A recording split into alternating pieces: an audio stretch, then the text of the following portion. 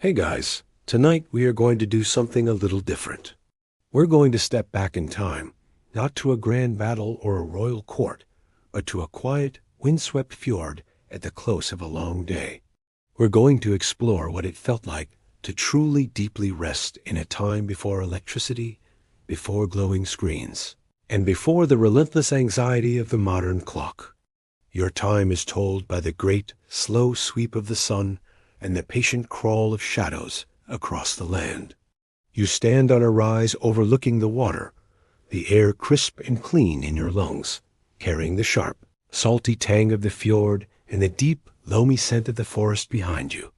It's a coarse, heavy thing, still holding a faint dampness from the morning's mist, but it's a familiar comfort. Your day wasn't spent sitting in a chair, staring at a screen. It was spent on your feet, your muscles burning with the honest labor of survival. Your concerns are immediate. Is the longhouse secure? Is there enough wood for the night's fire? Is the new calf healthy?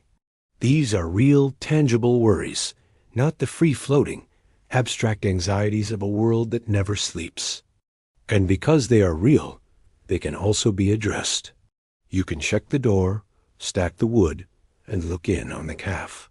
You can take action, and in doing so, you can put the worry to bed, just as you are about to do for yourself. You walked for miles, your leather-soled shoes gripping the uneven, rocky ground. It's that deep, still part of the night, a few hours before the first hint of dawn. It's considered a magical, potent time, a time for quiet reflection or divine connection. But you're not there yet. First comes the evening. First comes the fire, the food, and the slow, gentle slide into the profound, untroubled sleep that your entire world, from the arc of the sun to the ache in your back, has prepared you for. There's no need to force it. It's as natural as the tide pulling away from the shore. You turn your back on the darkening fjord and the sea of stars, and you walk toward the warm, gentle glow of home. You hauled, you lifted, you bent, you built. Your body isn't just tired, it's satisfied. It has earned this coming rest. The sun, a low, golden orb, is bleeding its final warmth into the western hills. This is your clock. The Norse people had a system for this, a way of dividing the day. They called a period of time an eikt, and the Eikter star, the eighth place, was a landmark on the horizon, a particular mountain peak or a standing stone, over which the sun would pass to mark a specific time, usually around mid-afternoon. It was a beautifully simple system, wedding human activity to the very landscape you inhabited. You don't think of it in those terms, of course. You just know, in your bones, that when the sun slips behind the jagged peak of the far mountain, it's time to head indoors. It's a knowing that's deeper and more instinctual than any digital notification. It's a signal from the universe itself.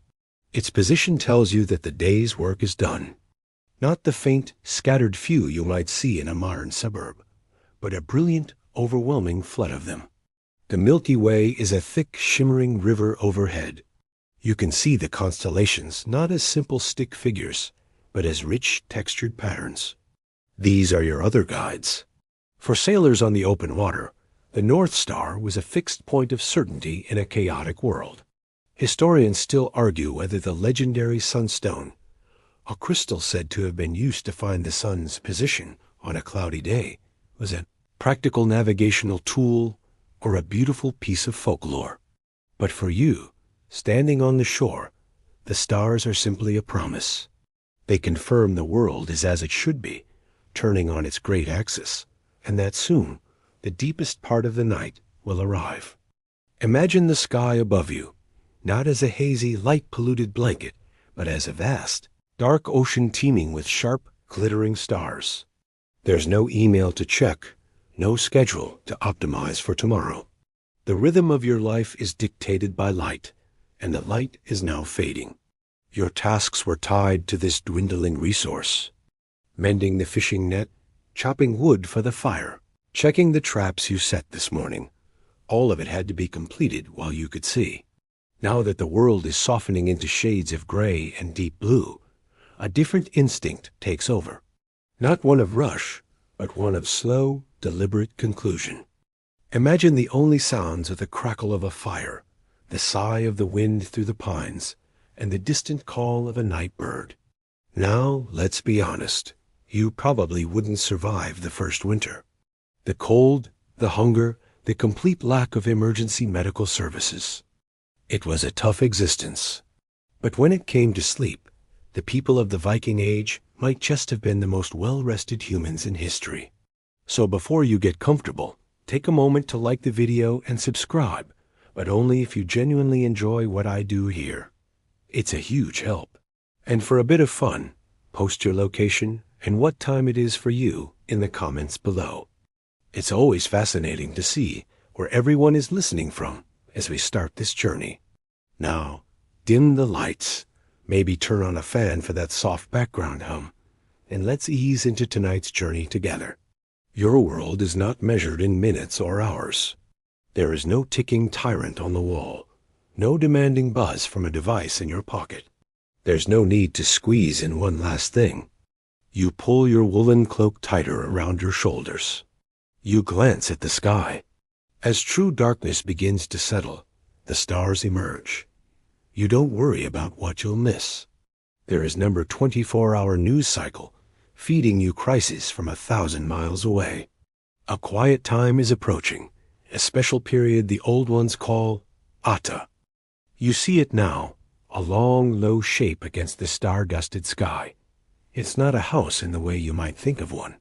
It's more like a great, sleeping beast settled into the earth. The longhouse. Its turf-covered roof makes it look like a natural hill, a part of the landscape itself. The longhouse is one enormous room.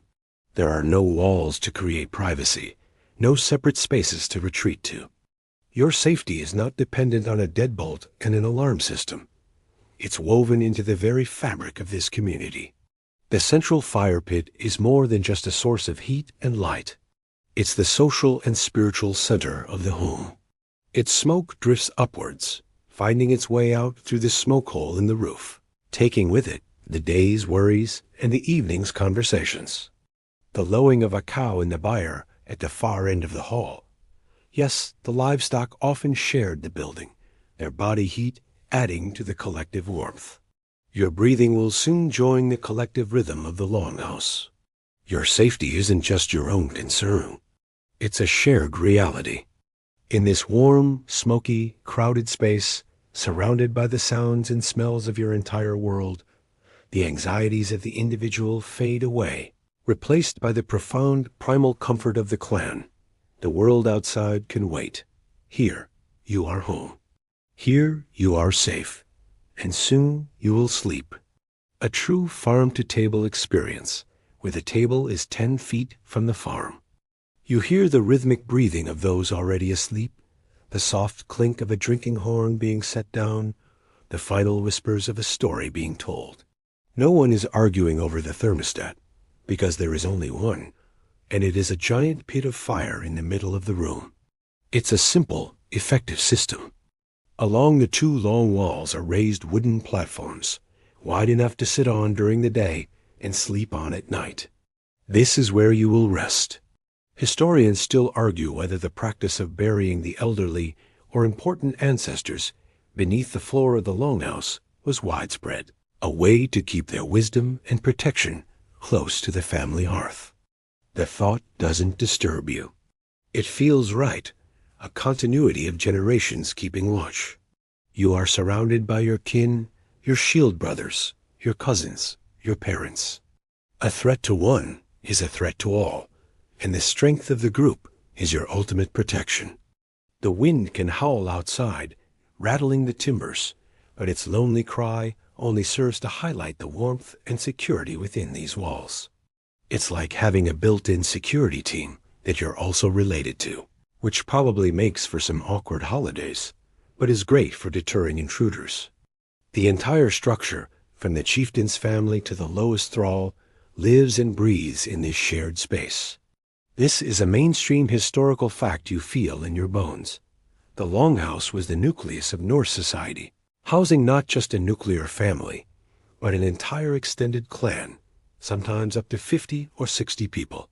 This brings to mind another quiet practice of the time. People would often bury their most precious items, a silver brooch, a string of glass beads, a small cache of foreign coins under the floor of their home. It was the ultimate safe deposit box, protected not by a lock and key, but by the constant presence of the entire household and a layer of dirt. A quirky fringe tidbit for you. It was part savings plan, part spiritual offering for the continued prosperity of the home. You see them now, their faces softened by the firelight. Some are talking quietly, others mending tools or weaving.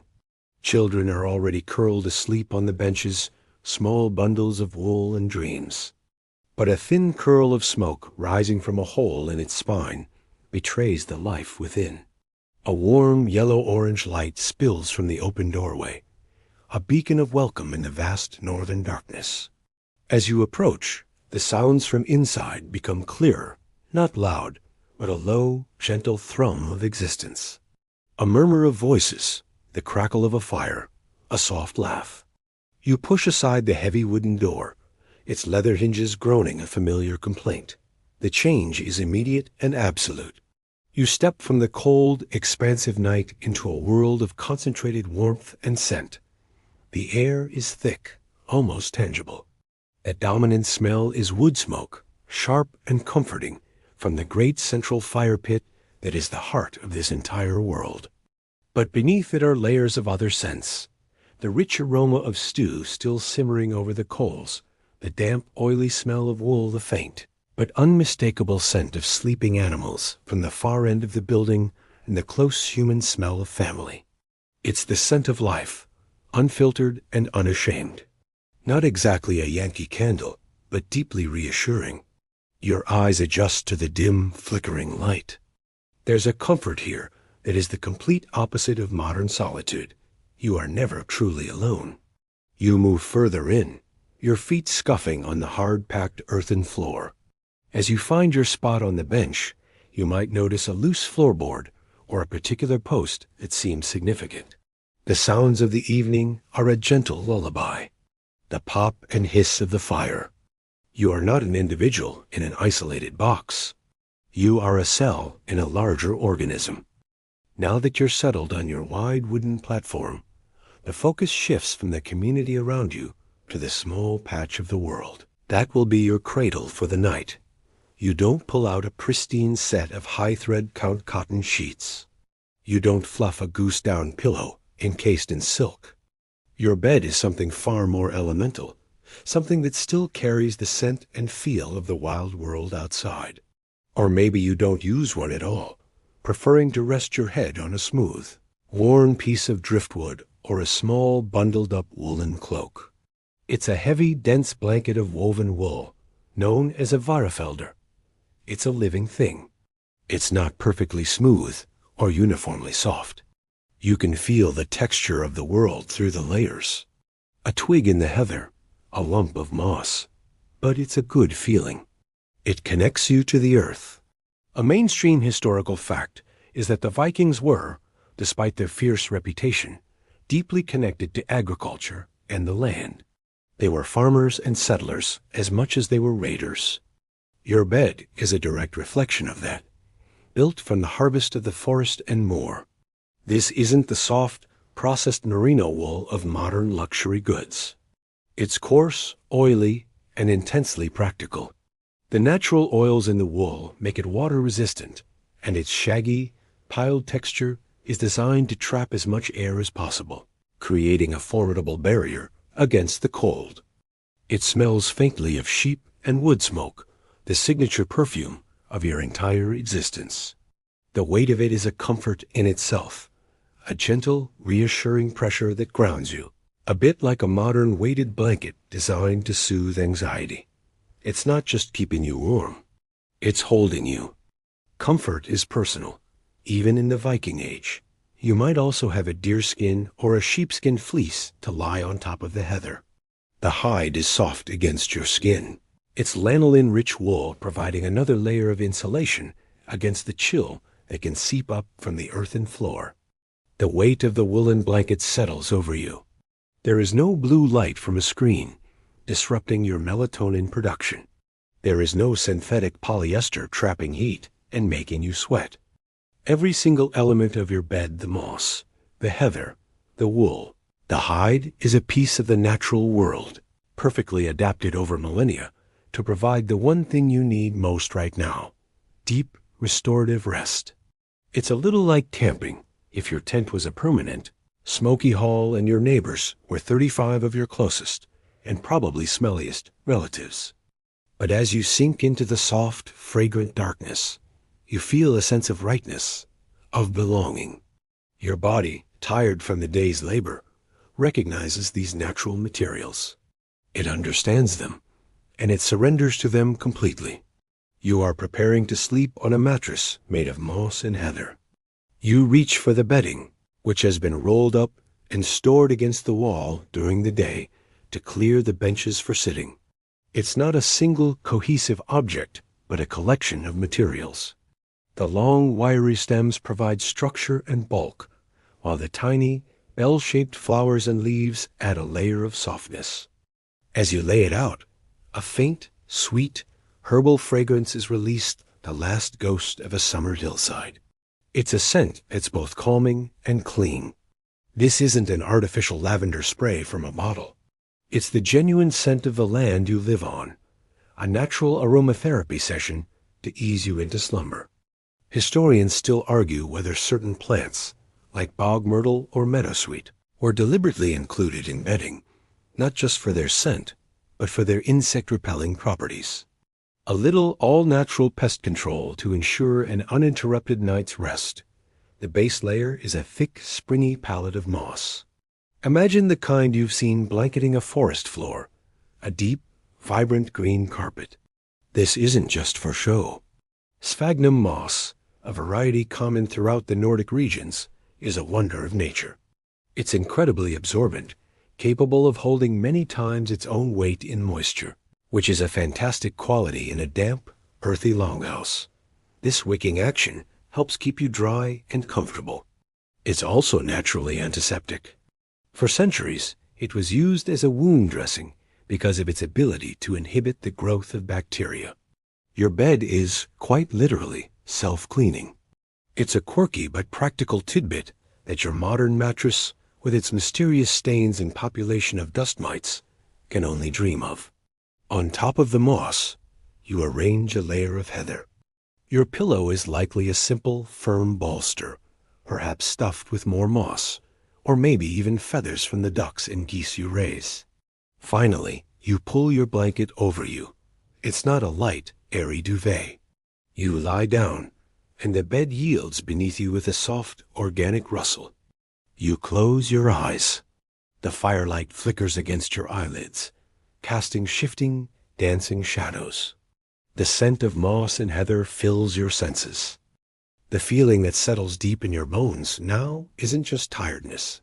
It's a profound sense of physical completion. It's the sweet, heavy ache of muscles that have been used for their intended purpose. Your body doesn't just want to rest. It has earned it.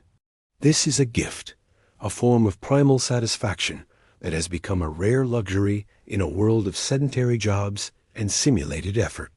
Your day wasn't spent in a cubicle, your energy drained by fluorescent lights and the low-grade stress of office politics. Even the seemingly sedentary tasks, like weaving on a warp-weighted loom, required standing for hours, your arms constantly in motion.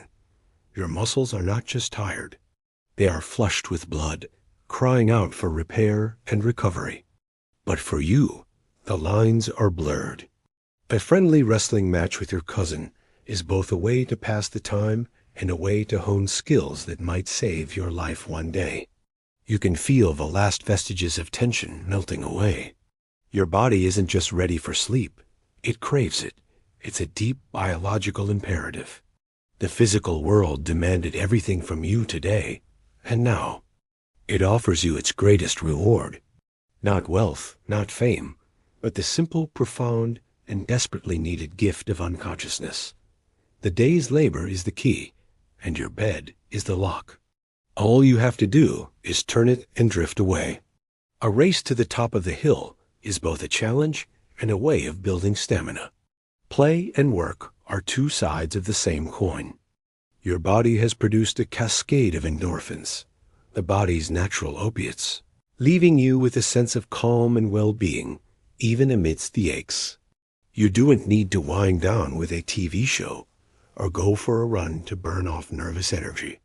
Your energy has been spent fully and meaningfully in the service of your survival and the prosperity of your family. It's gone. You are an empty vessel, ready to be refilled by sleep. Grinding grain for the daily bread on a stone quern was an upper body workout of epic proportions. Life was a full body engagement. There were no shortcuts, no labor-saving devices beyond simple tools and the strength of your own body. It was spent in the vast, open theater of the natural world. Think back on the arc of your day. It began with the first pale light of dawn. There was no snooze button.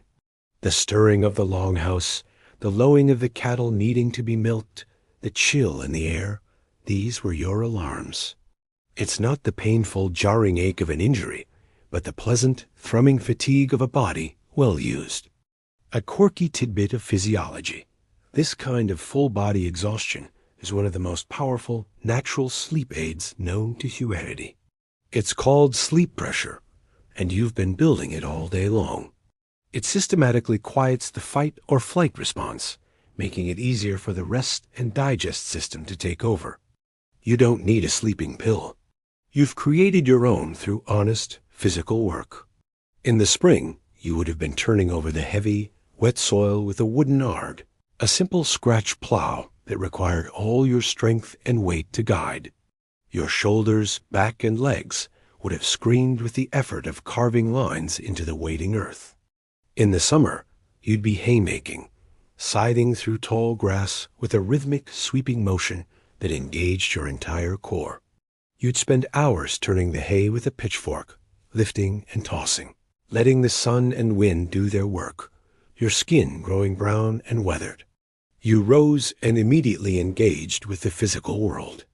You hauled buckets of water from the stream, the cold wooden handle biting into your palms. The water, shockingly cold, splashed on your face, a jolt more effective than any double espresso. Your work was not a single monotonous task repeated endlessly. It was a varied, whole-body affair that changed with the seasons. Today, perhaps, was a day for timber. You walked deep into the forest, the silence broken only by the sound of your own breathing and the crunch of your footsteps on fallen leaves. With a heavy, broad-bladed axe, you felled a tree. The shock of each blow traveled up the handle and into your arms, a percussive conversation between muscle and wood. It's not the mindless button-pushing of a video game. It's real. The smell of the raw, split pine, the spray of wood chips, the final, groaning surrender of the tree. It's a sensory, visceral experience. Then came the work of trimming the branches and hauling the log back to the settlement, a team effort of sweat, leverage, and coordinated grunting. It's the original CrossFit, except the stakes are a little higher than getting a new personal best. You're building a boat that needs to not sink, or a home that needs to withstand a gale. This is a key historical fact. Viking Age life, for the vast majority of people, was one of constant, strenuous physical labor. This constant activity had a profound effect on your physical state. Historians still argue whether the Norse people had specific games or sports that were purely for leisure, or if all physical activity was tied to practical skills like fighting or farming. You feel a satisfying ache in your shoulders from the axe, a deep weariness in your legs from the long walk. As you lie on your bed of moss and heather, as your body sinks into its well-earned state of repose, your mind begins to follow. And this is perhaps the greatest, most unobtainable luxury of your ancient life. Your mind is quiet. Not empty, not thoughtless, but free from the specific, pervasive hum of modern anxiety. The worries that occupy your thoughts are of a completely different nature, more like wolves than wasps. Life was precarious. A simple infection from a cut could be a death sentence. It settles. There is no cacophony of breaking news alerts, social media notifications, and relentless advertising.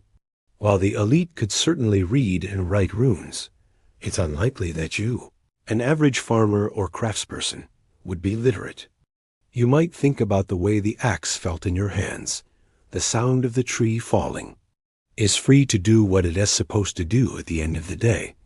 Slowly power down. It follows the body's lead.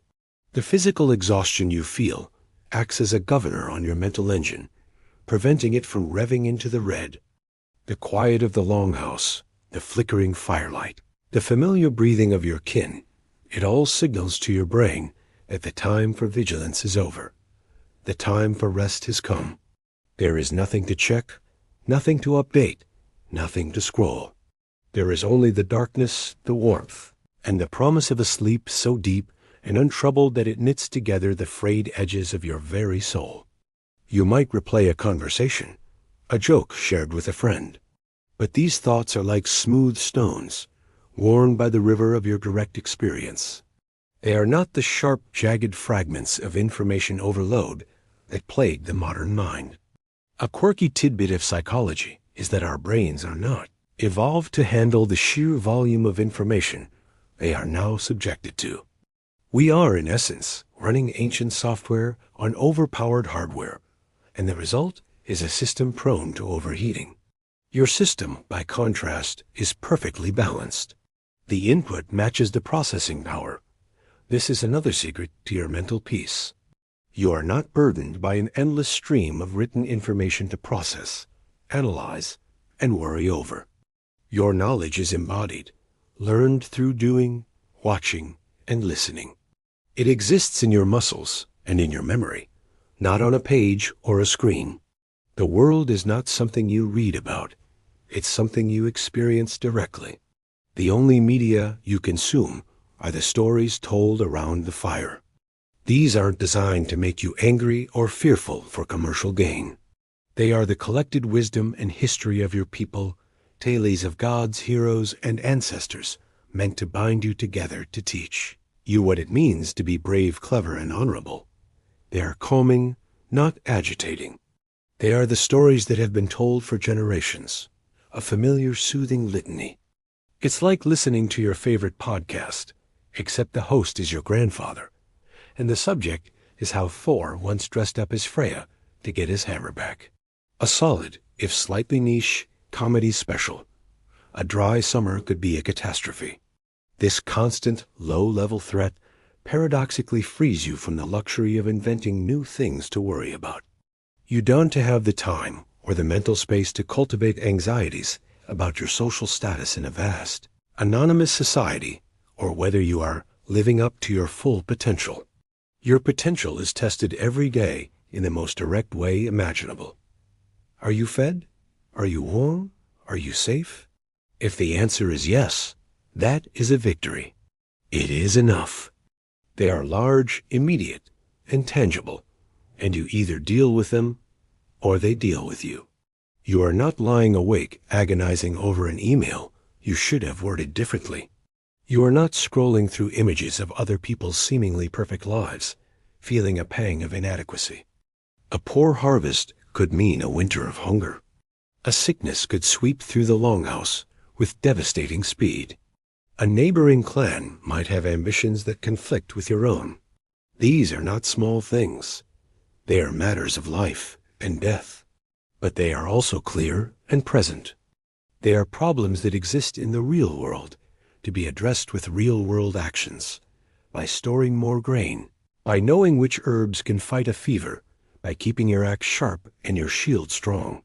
You don't suffer from the vague, free-floating dread that comes from worrying about global economic trends, abstract political conflicts thousands of miles away, or the heat death of the universe.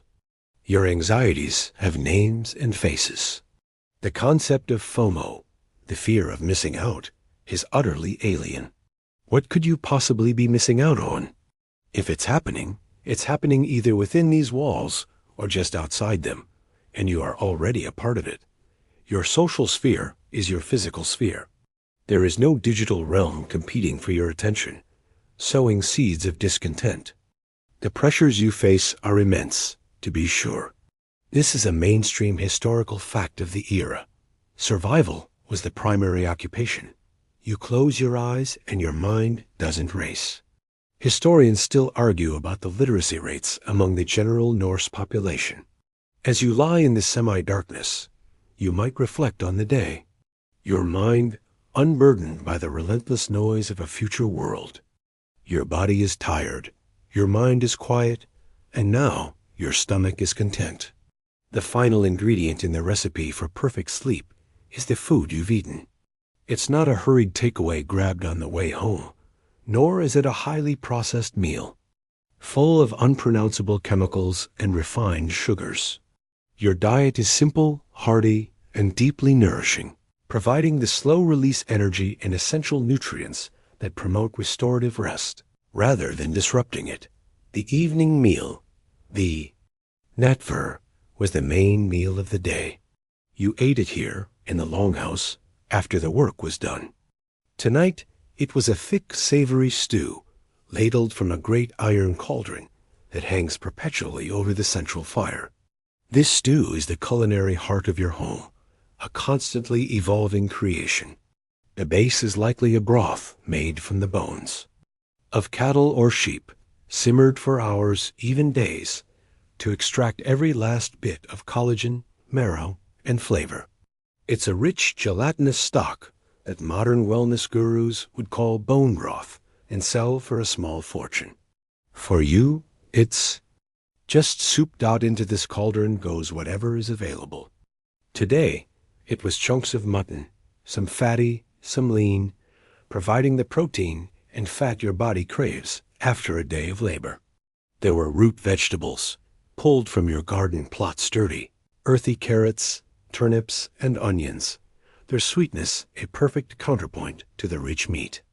You'd have also thrown in handfuls of barley or rye, whole grains that make the stew thick and satisfying, providing complex carbohydrates that your body will break down slowly through the night, preventing any sudden blood sugar crashes that might wake you. A generous handful of wild herbs, gathered from the forest's edge, adds layers of flavor and medicinal benefits. No one is counting calories or tracking macronutrients.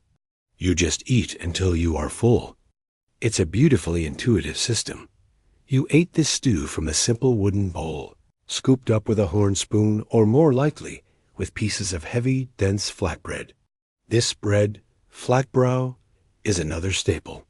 It's made from barley or rye flour mixed with water and cooked on a hot, flat stone set by the fire. It's unleavened, chewy, and robust, the perfect edible utensil. A mainstream historical fact is that the Viking diet was heavily reliant on what could be farmed, hunted or foraged locally. This meant a seasonal rotation of foods that was naturally aligned with what the body needed. Hearty, high-fat foods in the winter, and lighter fare with more fresh greens in the summer. You washed it all down not with a sugary soda or a caffeinated drink, but with a horn of ale or mead. Your ale is not the super-strong, heavily hopped beverage of today. It's a low-alcohol, nutritious drink, often called thin ale, brewed from fermented grains. It's a source of calories, B vitamins, and hydration, safer to drink than water from a potentially contaminated stream. Or perhaps tonight was special, and you had mead, the celebrated drink of the gods, a sweet, golden honey wine that tastes of summer flowers and sunshine. Both are calming, gently alcoholic, and consumed in moderation, they serve as a perfect social lubricant and a gentle relaxant before bed. It's just enough to take the edge off, not enough to cause the fragmented, poor quality sleep that comes with overindulgence. Remember that guy at the last feast who had 12 horns of mead? He didn't look so well rested the next morning. The key is what you didn't eat. There was no refined sugar to send your insulin levels on a roller coaster. There were no artificial stimulants or caffeine to interfere with your brain's natural sleep signals. There were no processed fats or chemical additives to upset your digestion. The food was whole, natural, and nutrient-dense. A quirky fringe tidbit is that the Norse diet was surprisingly varied and sometimes included imported luxuries. Archaeologists have found evidence of things like walnuts and even wine from Francia at Viking trading hubs. But for you, out here in your rural steading, the diet is governed by the land.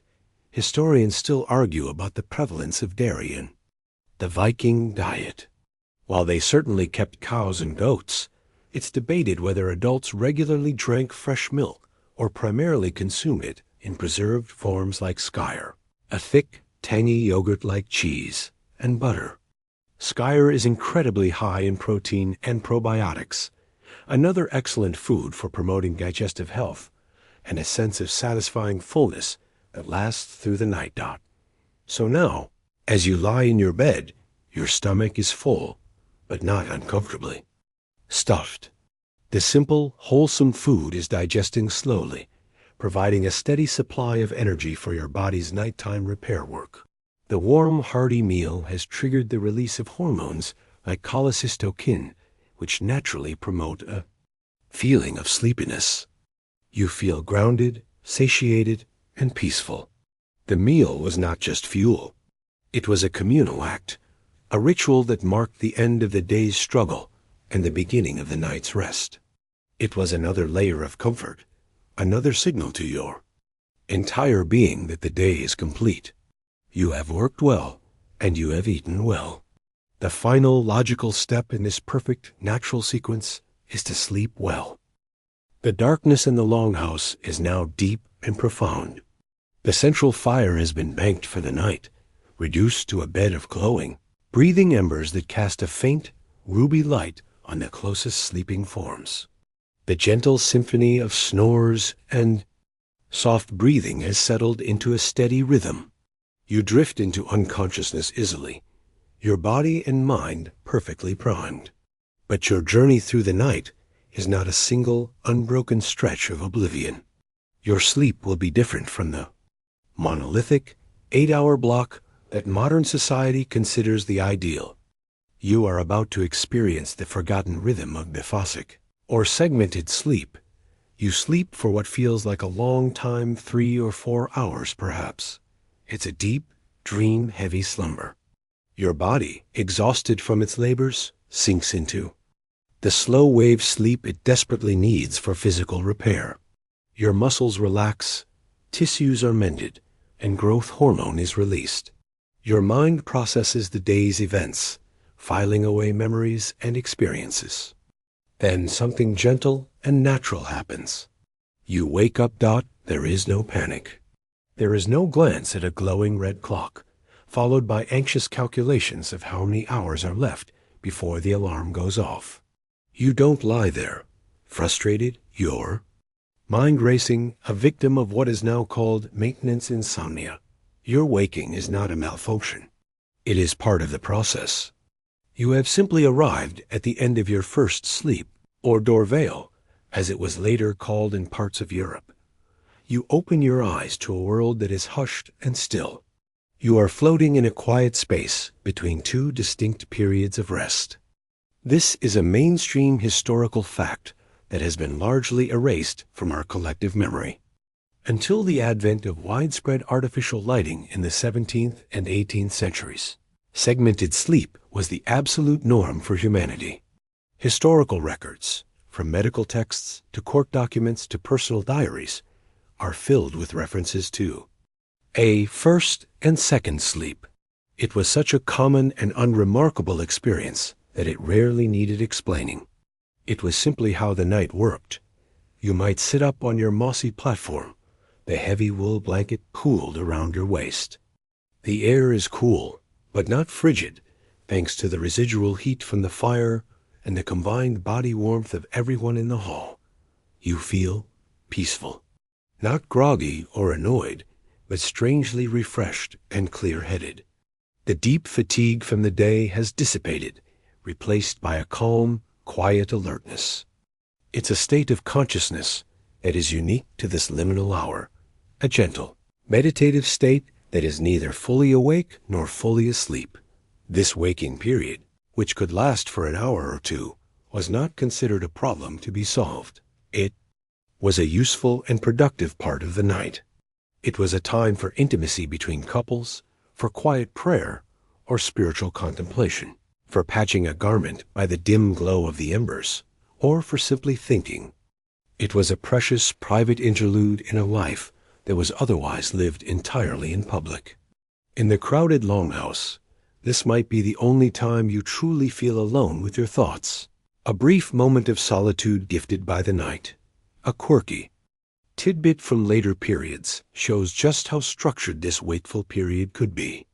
Prayer books from the late 15th century contained special prayers, specifically designed to be said during the interval between sleeps.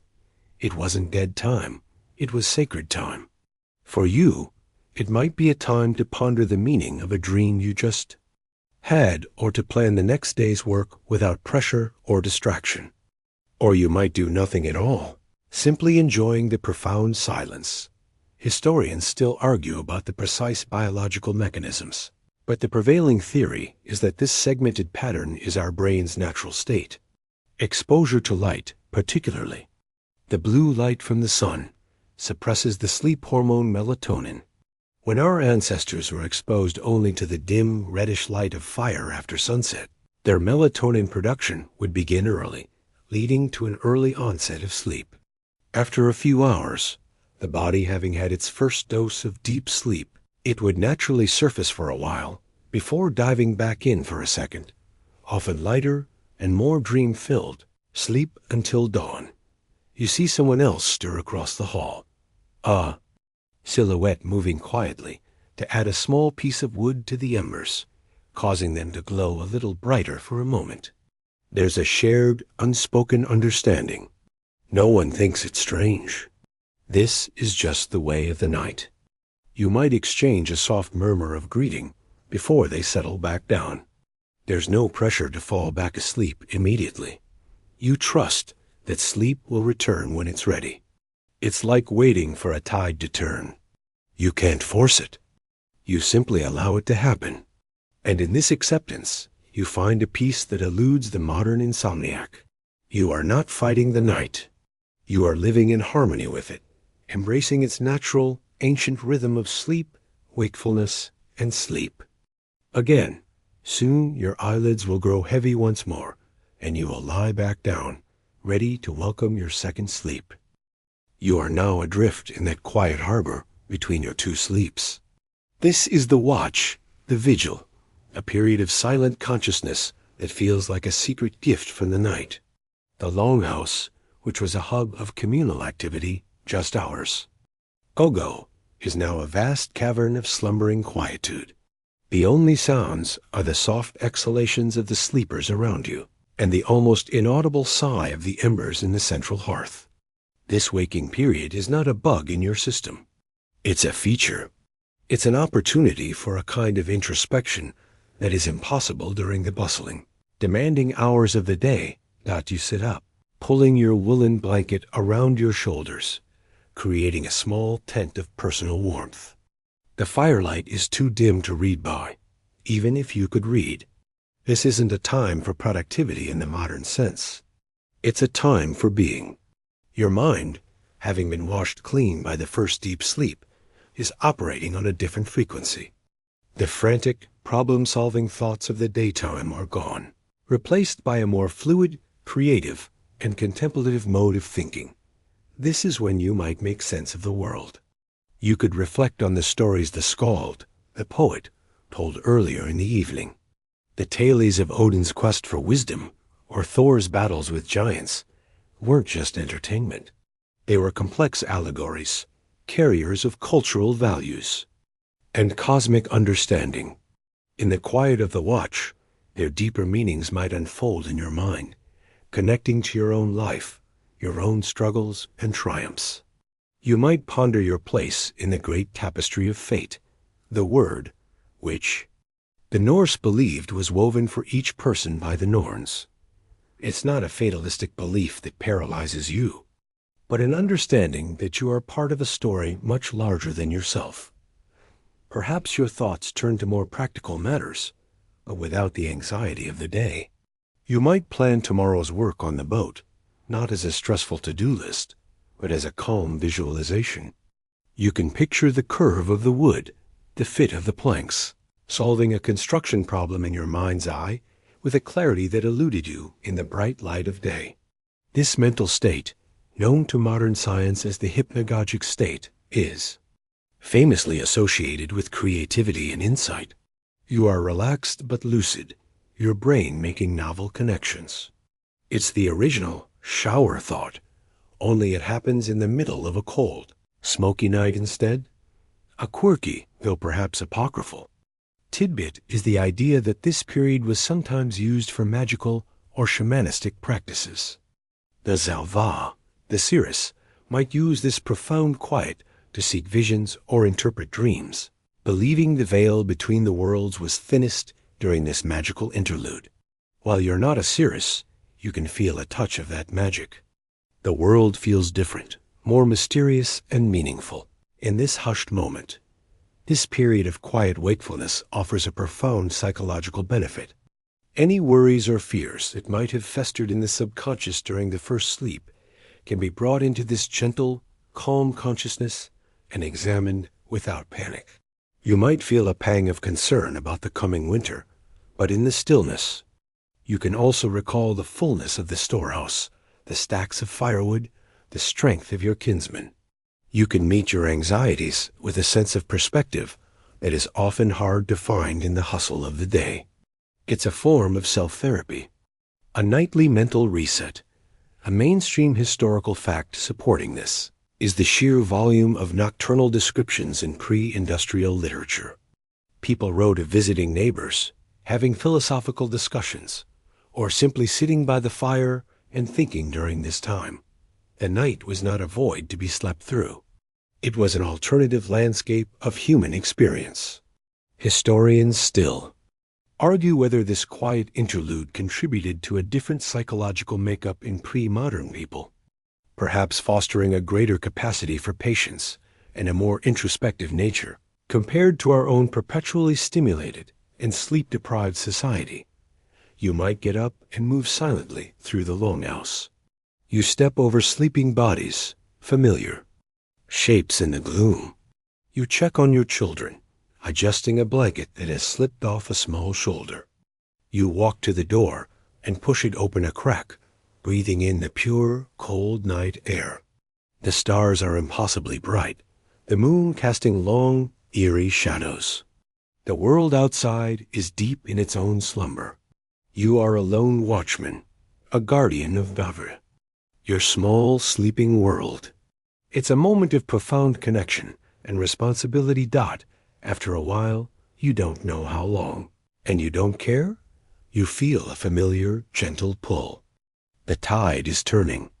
A pleasant sleepiness begins to creep back into your limbs. Your thoughts become less focused, more dreamlike. You have processed what you needed to, and your mind is now ready for the next phase of rest. You make your way back to your platform, lie down on your bed of moss and heather, and pull the heavy wool blanket over you once more. You don't force it.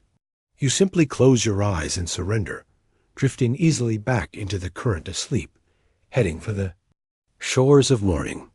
This second sleep will be lighter, filled with the vivid, epic dreams that were the cinema of the Viking Age. As you drift back into that second sleep, your awareness shifts from the cognitive to the purely sensory. Your slumber isn't a void. It's a rich, textured experience shaped by the environment of the longhouse.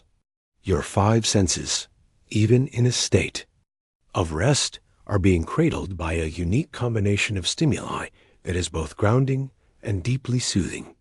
This is a sensory world that modern bedrooms, with their sterile air and silent boxes, have tried and failed to replicate with noise machines.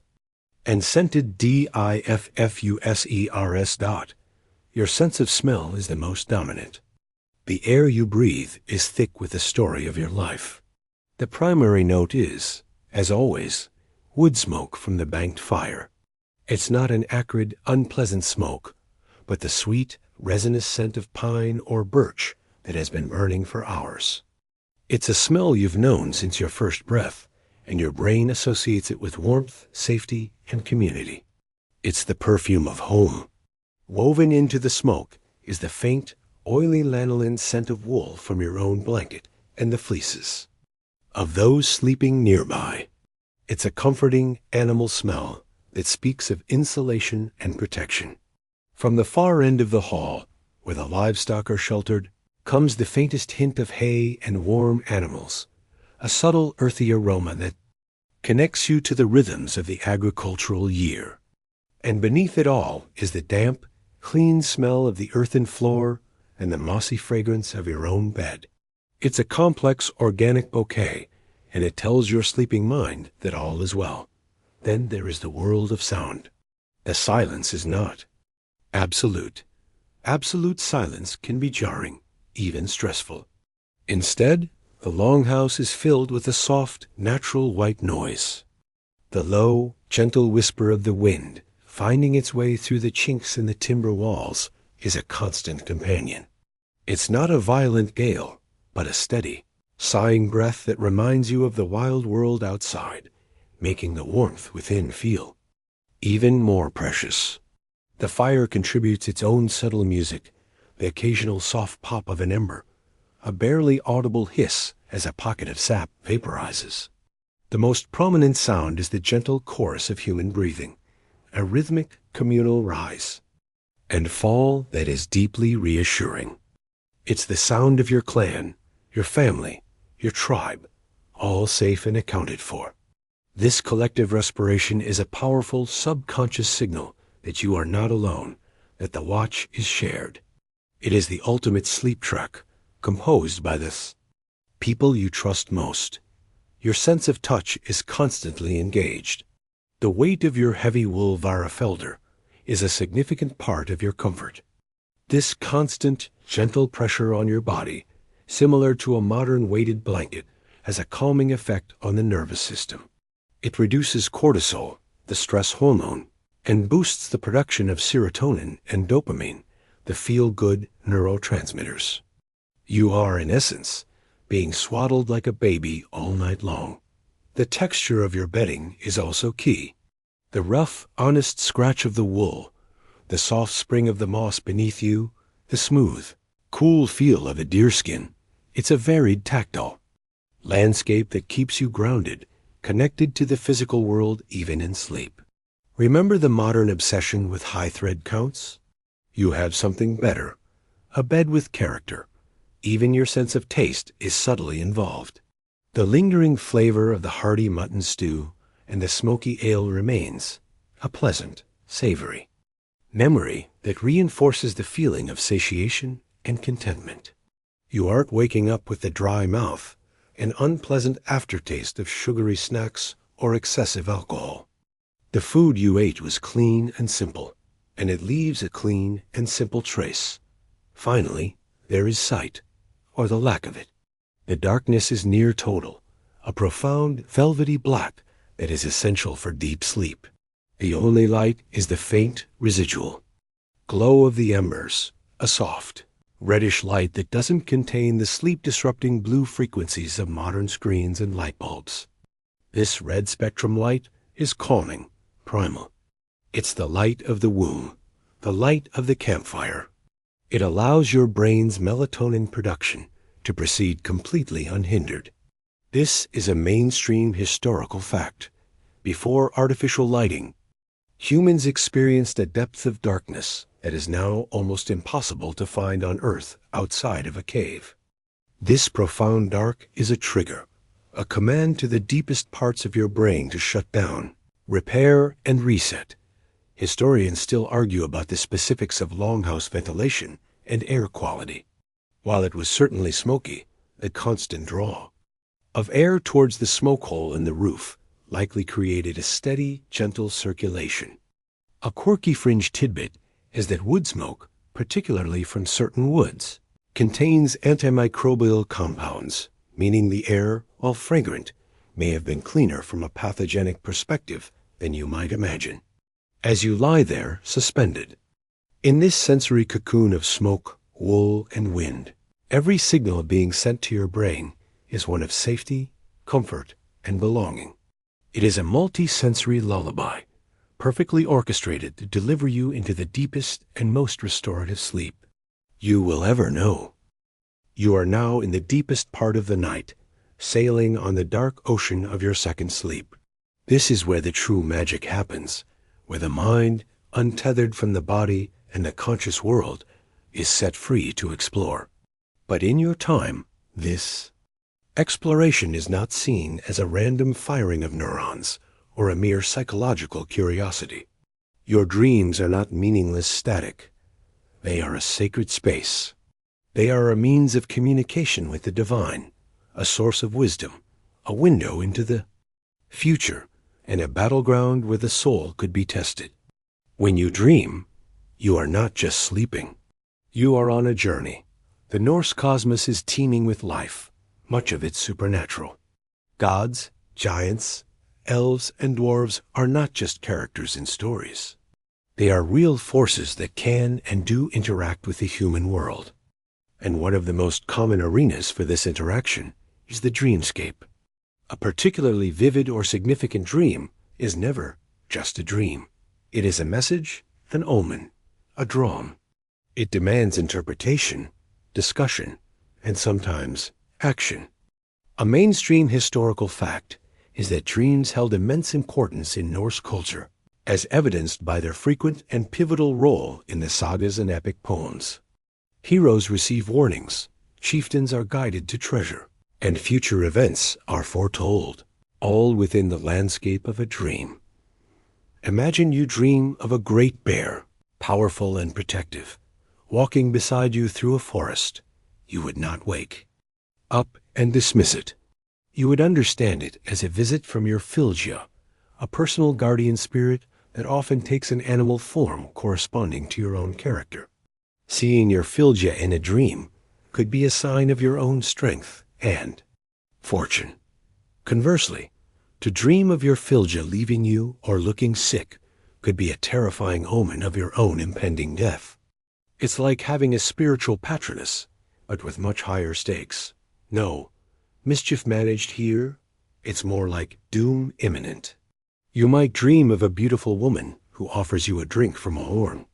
This could be a Valkyrie, one of Odin's choosers, of the slain, selecting you for a place in Valhalla.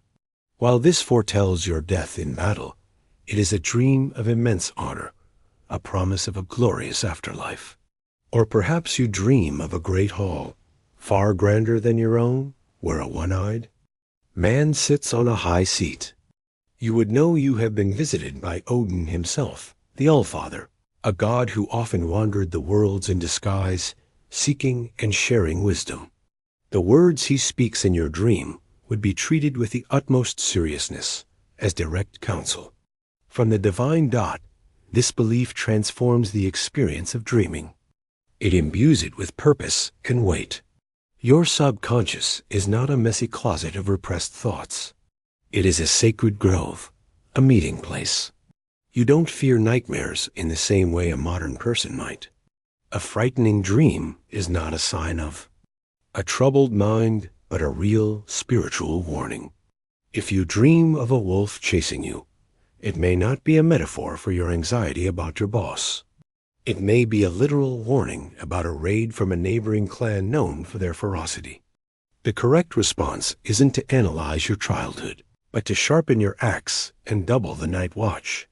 Historians still argue about the extent to which formal dream interpretation was a specialized skill. While wise men and women, the Vaivur, were certainly consulted for their insights, much of the symbolism was likely common knowledge, a shared cultural vocabulary of the subconscious. A great serpent, for example, would almost certainly be recognized as Jormungandr, the Midgard serpent, a symbol of chaos and the world's end. A dream of a great tree could be Yggdrasil, the world tree, Connecting the Nine Realms. A quirky and read, rather dark tidbit from the sagas illustrates this perfectly. In one tale, a woman named Gudrun dreams she has a series of 4 different helmets, each more precious and more flawed than the last, which she loses in succession. A wise man interprets this to mean she will have 4 husbands, each of whom she will lose.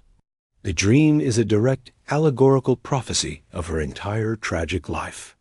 Your dreams are the trailer for your own life movie, and you'd better be paying attention to the spoilers. So as you sleep, your mind is not just resting. It is active, engaged, and receptive. It is sorting through the day, yes, but it is also listening. It is watching for signs, for guidance, for warnings from the other worlds that press so closely against your own. The figures that walk through your dreams have agency and power. They can bless you, warn you, or test your courage.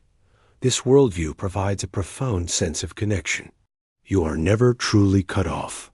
Even in the depths of sleep, you are part of the cosmic drama, a player on a stage that spans all 9 realms.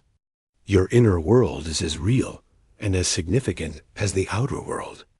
And when you finally begin to surface from this second dream-filled sleep, as the first hint of gray light begins to silhouette the smoke hole in the roof, you do not return empty-handed. You bring back stories, warnings, and wisdom. You return from your nightly journey with messages from the gods, ready to face the day. Now, let's leave your cozy, smoke-filled longhouse for a moment. Let's travel south and back a few centuries, to a place that considered itself the pinnacle of civilization, a place that would have viewed your Nordic life as one of primitive barbarism. Let's drift into the troubled mind of a wealthy Roman senator trying to get some sleep in his city villa.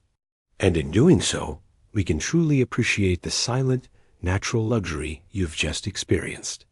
His world is one of marble and mosaics, of literature and law, but when it comes to rest, it is an absolute nightmare. Our senator, let's call him Cassius, lies not on a bed of fragrant moss, but on an elaborately carved wooden frame. His mattress is stuffed with wool, or if he is particularly wealthy, with feathers. It sounds luxurious, but it's often lumpy and requires constant fluffing by his servants. Worse, it's a haven for pests. The Roman author Pliny the Elder wrote extensively about the menace of bedbugs, suggesting all sorts of bizarre remedies, from hanging a stag's foot at the head of the bed to smearing the mattress with, and I kid you not, crocodile dung. You, with your naturally antiseptic moss, are sleeping in 5-star comfort by comparison. But the bed is the least of Cassius's problems. The real issue is the noise. Rome is a city that never sleeps, and its sounds are not the gentle, natural whispers of your longhouse. As Cassius lies in his bed, the night is a cacophony of man-made intrusions. The clatter of iron-shod wagon wheels on stone pavement echoes through the streets. A mainstream historical fact is that commercial traffic was banned from the city center during the day to ease congestion, which meant the nights were filled with the rumbling of supply carts. He hears the shouts of the drivers, the cracking of whips, the braying of mules dot below his window. A tavern is still in full swing. He can hear drunken arguments, loud singing, and the crash of a dropped flagon.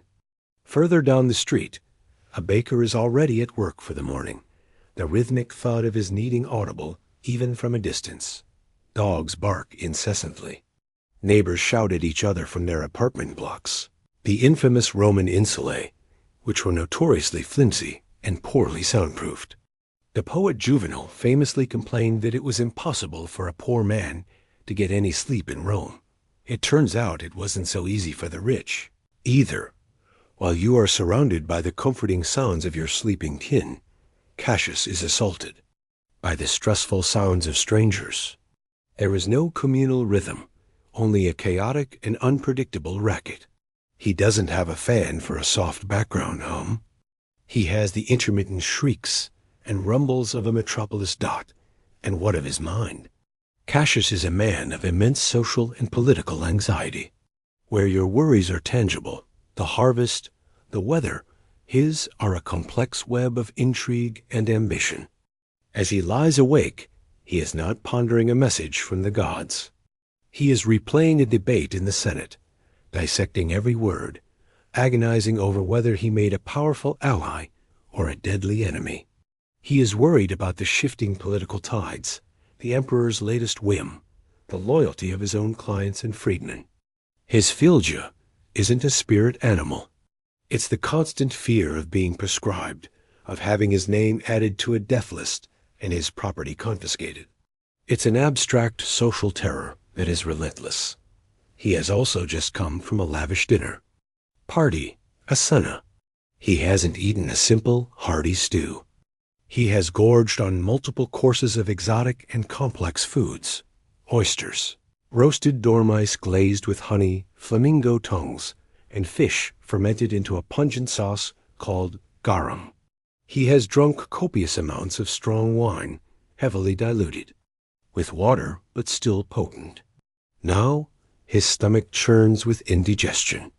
The rich, spicy food and alcohol are a recipe for fragmented, restless sleep, filled with heartburn and troubled dreams that he views not as divine prophecy, but as the grim machinations of a disturbed gut. Historians still argue about how the Romans conceptualized sleep itself. While they recognized its necessity, many Stoic philosophers viewed excessive sleep as a form of laziness, a moral failing. Sleep was time stolen from productive thought or civic duty. This cultural attitude creates a pressure to sleep less, to conquer the night, leading to a cycle of sleep deprivation and anxiety about that very deprivation. It's a remarkably modern-sounding problem. A quirky and rather unpleasant tidbit of Roman life was the public latrine. While a senator, like Cassius, would have a private facility, the sounds and smells of a city with a rudimentary sewer system were a constant background presence. The air is not filled with clean wood smoke and heather, but with the miasma of 1,000,000 people living in close quarters, the smell of charcoal braziers, overflowing cesspits, and cooking food all mingling into an urban perfume you wouldn't want. To bottle.cassius finally drifts into a fitful, shallow sleep, only to be jolted awake again by a passing squadron of the city watch, their hobnailed sandals clattering on the paving stones. He sighs, turns over on his lumpy, bug-infested mattress, and stares into the darkness, his mind a whirlwind of politics and his stomach a battlefield of exotic foods. He is a man at the height of civilization, surrounded by art and literature. But he would likely trade all of it for just 1 hour of the deep, untroubled, elemental rest that you, in your barbaric longhouse, accept as your simple nightly birthright. Let's move forward in time again, leaving the urban anxieties of Rome behind. We'll land in the high Middle Ages, a world of castles, chivalry, and nascent nations. Here we find another figure who should, by all accounts, be sleeping soundly. He is a man of status and power, a protector of the realm, a knight. Let's call him Sir Guillaume. He lies not in a communal longhouse, but in a cold stone chamber within a castle keep. And while his world is different from the Roman senators, his sleep is just as troubled, broken by the unique burdens of duty, discomfort, and danger. Guillaume's bed is a step up from Cassius's. It's a heavy oak frame, perhaps with a canopy and thick curtains, a tester bed. This innovation offers a semblance of privacy, and more importantly, protection from the drafts that snake through the poorly heated stone fortress. His mattress is stuffed with straw, and over it is a softer bag filled with wool or flax. He has linen sheets and a fur-lined blanket. It looks grand, but the reality is still one of chill and damp. The stone walls of the castle radiate a deep, penetrating cold that seems to mock the roaring fire in the hearth. Unlike your longhouse, which is built of insulating turf and wood, his home is a giant, beautiful refrigerator.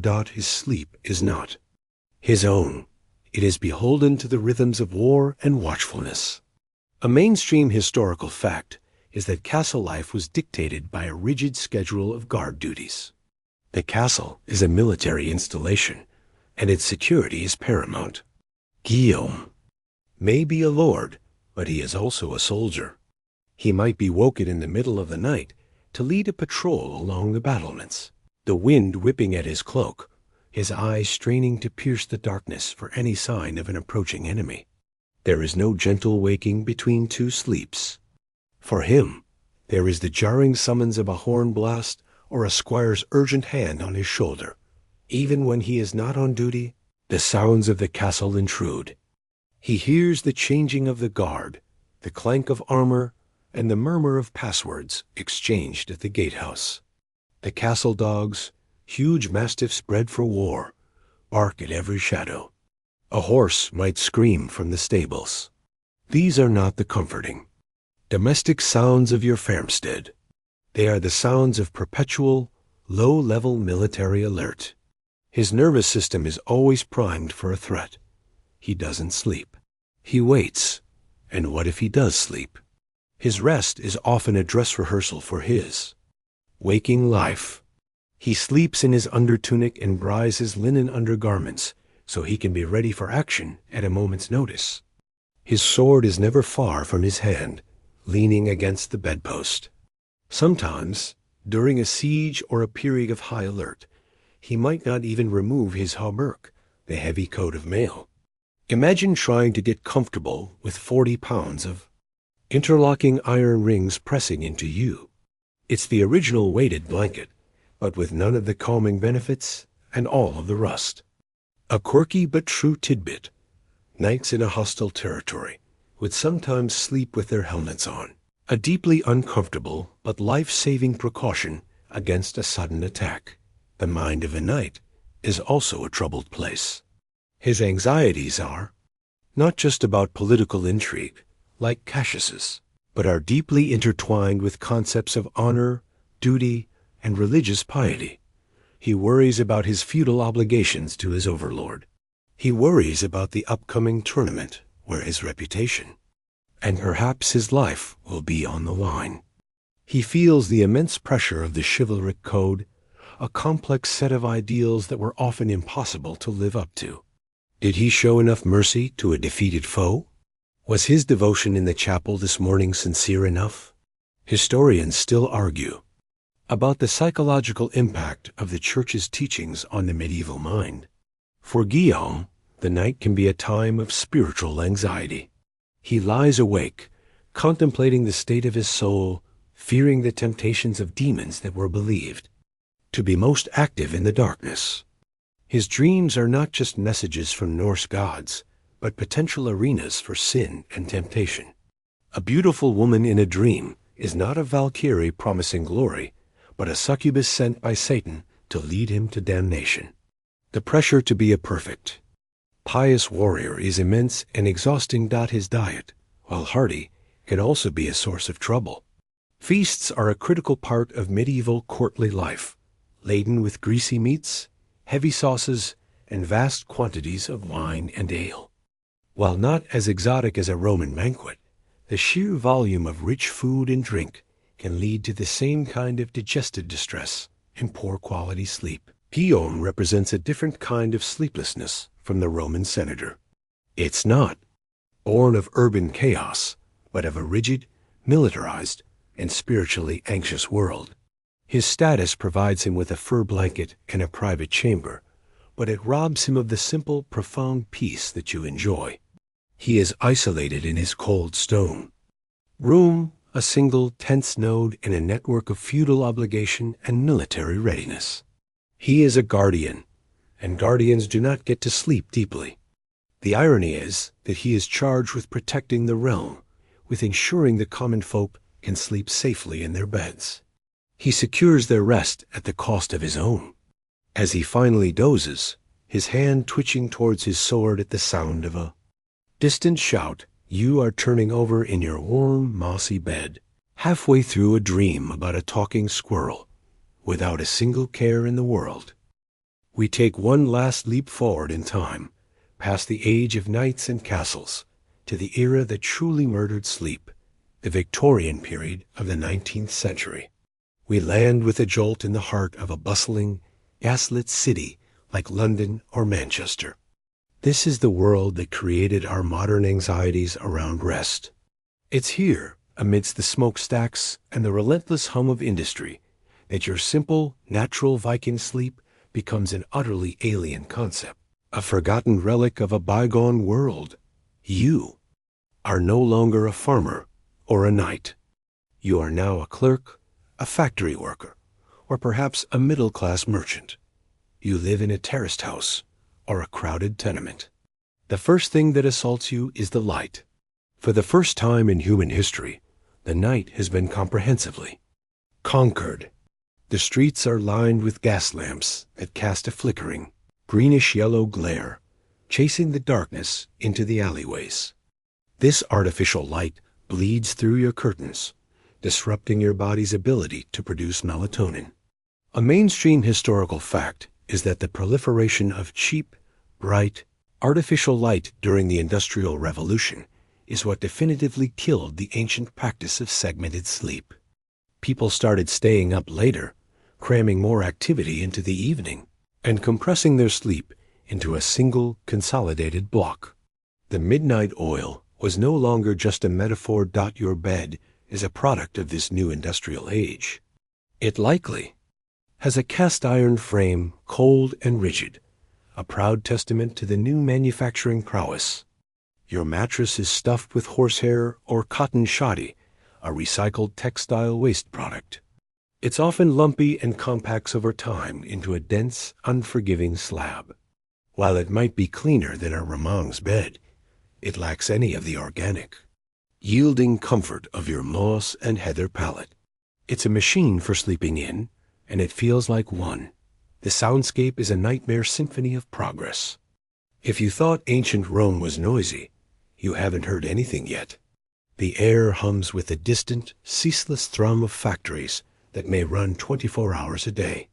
The shriek of train whistles punctuates the night as locomotives haul coal and finished goods across the country. The rumble of wagons on cobblestones that annoyed Cassius is now magnified 100-fold by heavy, steam-powered traction engines.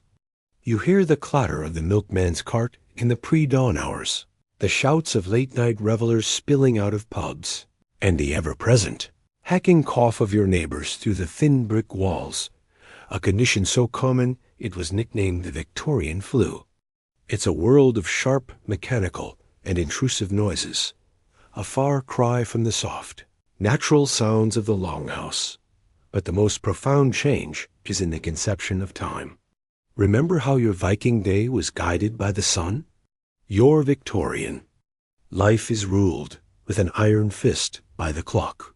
The factory whistle, the train schedule, the office hours, these are the new gods, and they are merciless.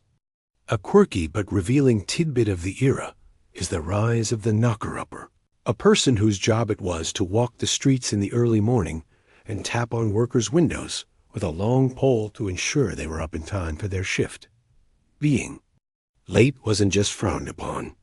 It could cost you your job. This tyranny of the clock creates a new kind of anxiety. Sleep is no longer a natural process to be welcomed. It is a commodity to be managed. You have a finite, scheduled block of time for it, and you must get your 8 hours, or you will be unfit for the next day's work. This pressure to perform at sleeping is, paradoxically, one of the greatest obstacles to achieving it. You lie in bed, acutely aware of the time ticking away, calculating how many hours you have left. If I fall asleep right now, you think, I can still get 5 hours. This is the birth of modern insomnia.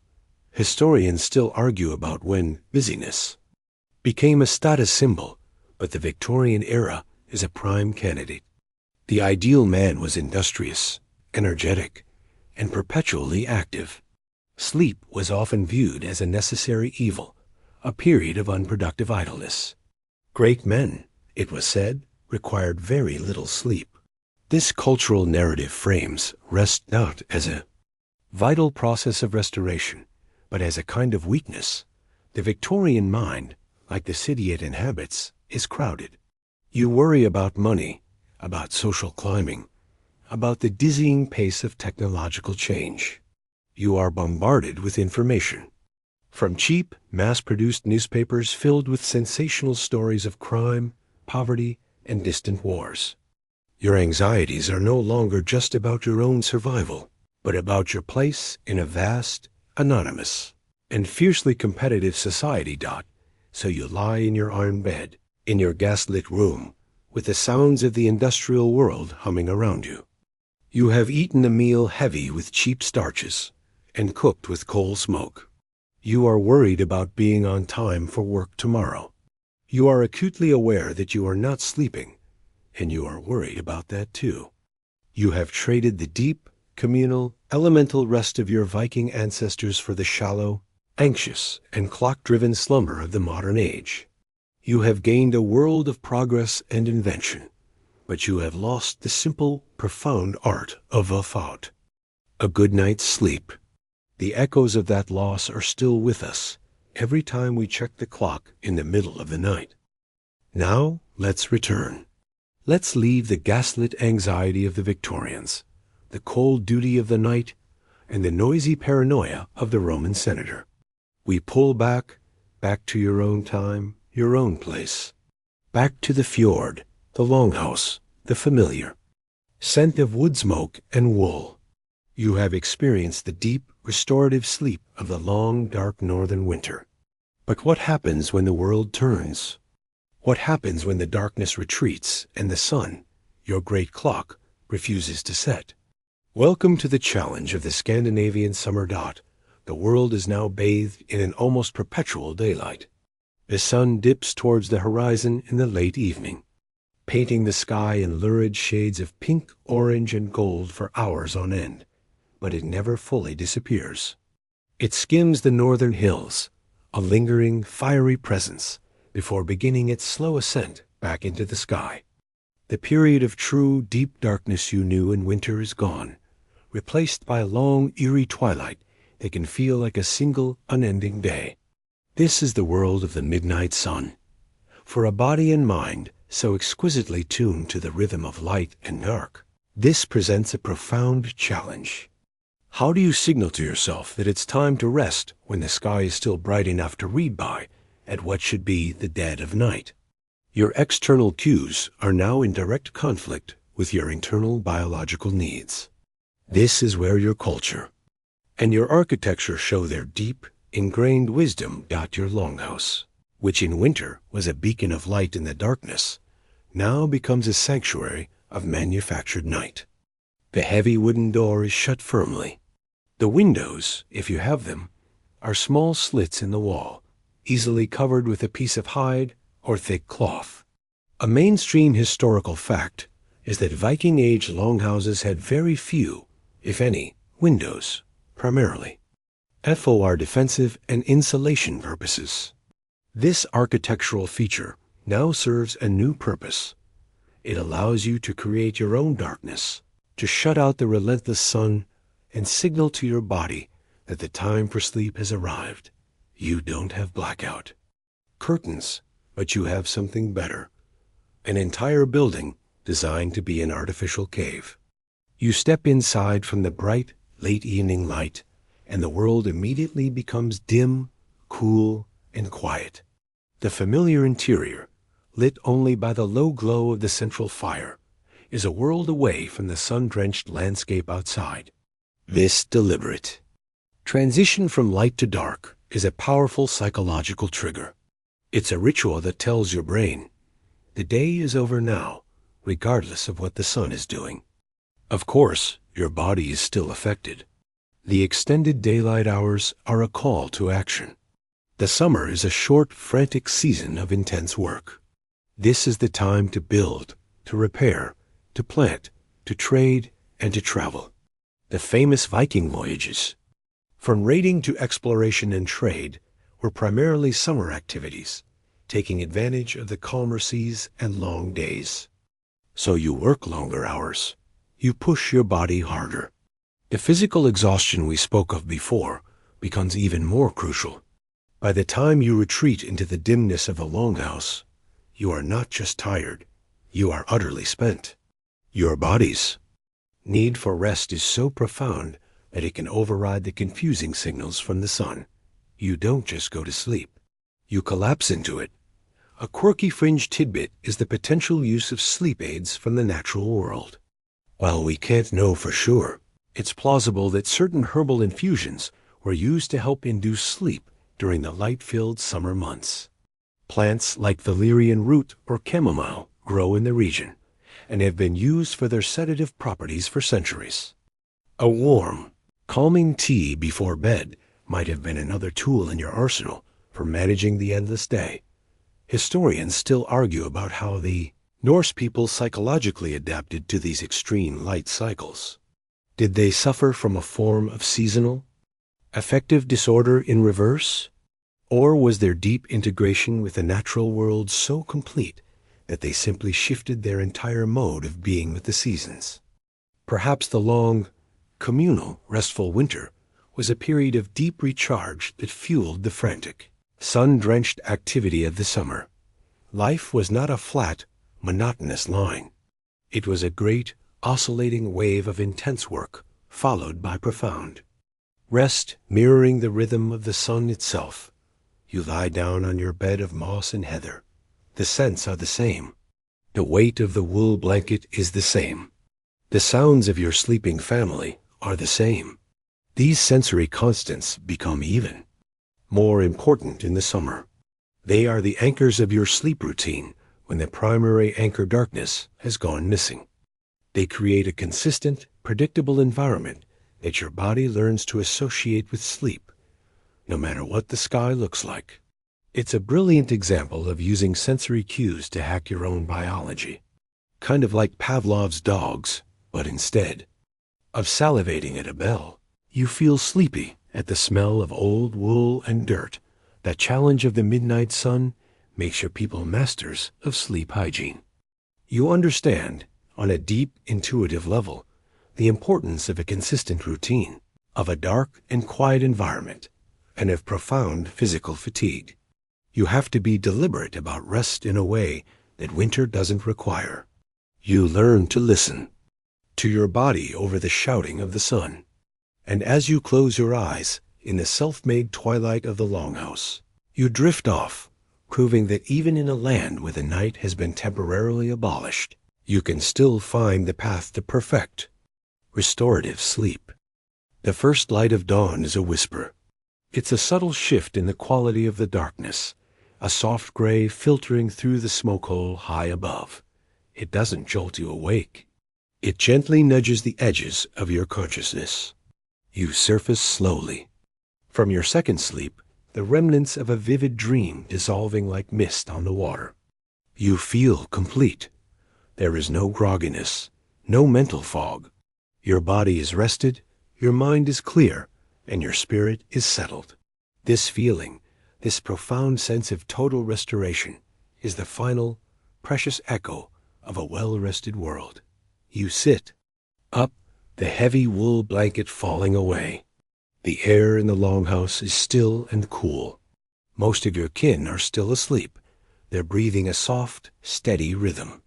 The embers of the fire are a pale, ashen gray, their work for the night done. In this quiet moment, you can feel the interconnectedness of it all, the beautiful logical system that produced the perfect sleep you just experienced. It wasn't one thing. It was everything. It was the sun and the stars, your only clocks, which tied your body to the grand, unhurried rhythm of the cosmos. It was the day of hard, meaningful labor that left your muscles singing for rest.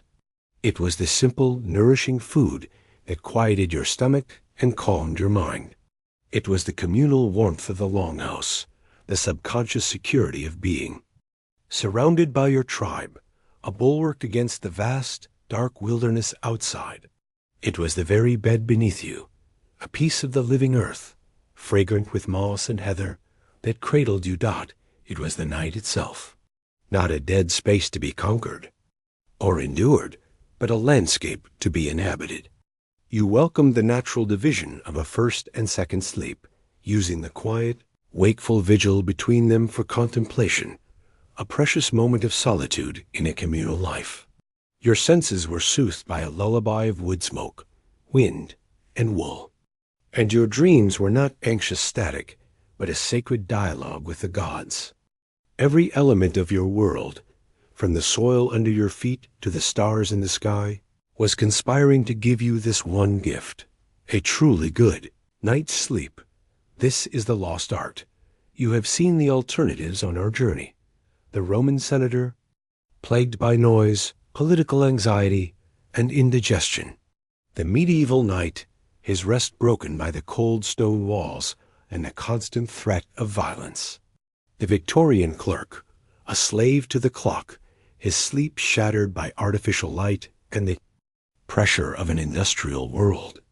They all represent a slow, painful drifting away from this elemental harmony. Today, people try to buy back the pieces of what you have. A quirky fringe tidbit for you. They buy weighted blankets to mimic the pressure of your heavy wool, Fahrenfelder. They buy white noise machines to replicate the gentle sigh of the wind through the pines. They buy expensive organic mattresses, trying to recapture the feeling of your simple moss bed. They drink bone broth and talk about paleo diets. They pay for meditation apps to find the mental quiet that the night gave you for free. They are trying to reassemble the fragments of a world they have dismantled. A mainstream historical fact is that this integrated, natural way of sleeping was not unique to you. It was the shared heritage of almost all of humanity for tens of thousands of years.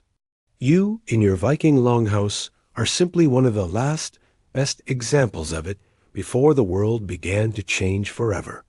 The way you sleep is ancient and normal. The way the modern world sleeps is a very recent and very stressful experiment. Historians and anthropologists still debate the full consequences of this shift, questioning whether the modern epidemic of insomnia, anxiety disorders, and chronic stress is not a collection of separate maladies, but a single, profound symptom of our disconnect from the natural cycles of work, rest, light, and dark. Are we suffering from a disease of civilization, a sickness born from the loss of the very world you inhabit? As you stand and stretch, your muscles feeling loose and strong, you are a living testament to a different way of being. Your life is hard, no doubt.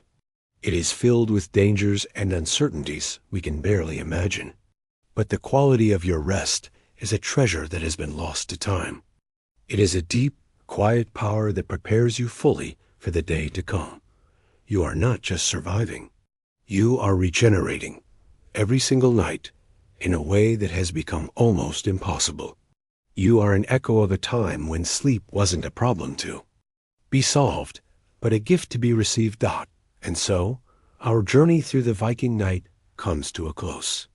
The images of the longhouse, the fjord, and the star-filled sky begin to soften, their edges blurring as they recede into the gentle mists of history. The fire in the hearth has dwindled to its last few embers, their faint, warm glow a final, sleepy pulse in the heart of the great hall. The sounds of breathing, of the wind, of the distant sea, all begin to fade, merging into a single, soft and continuous hum, like the gentle resonance of a pleasant dream you can no longer quite recall. Is nothing more to see here.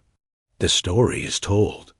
Your only task now is to let it all go, to allow the quiet of that ancient world to settle into your own mind, into your own comfortable bed. Let the day's thoughts, the plans for tomorrow, the lingering worries, let them all drift away like smoke rising from the longhouse roof, disappearing into the vast, quiet sky. There is nothing that needs doing, nothing that needs solving. The night has its own wisdom, its own slow, healing rhythm, and all you need to do is surrender to it. Just allow your own breathing to slow, to deepen, to join the ancient and peaceful chorus of rest. Let your body grow heavy, your mind grow still. Let the darkness be a comfort, a soft, warm blanket. It is time to sleep now.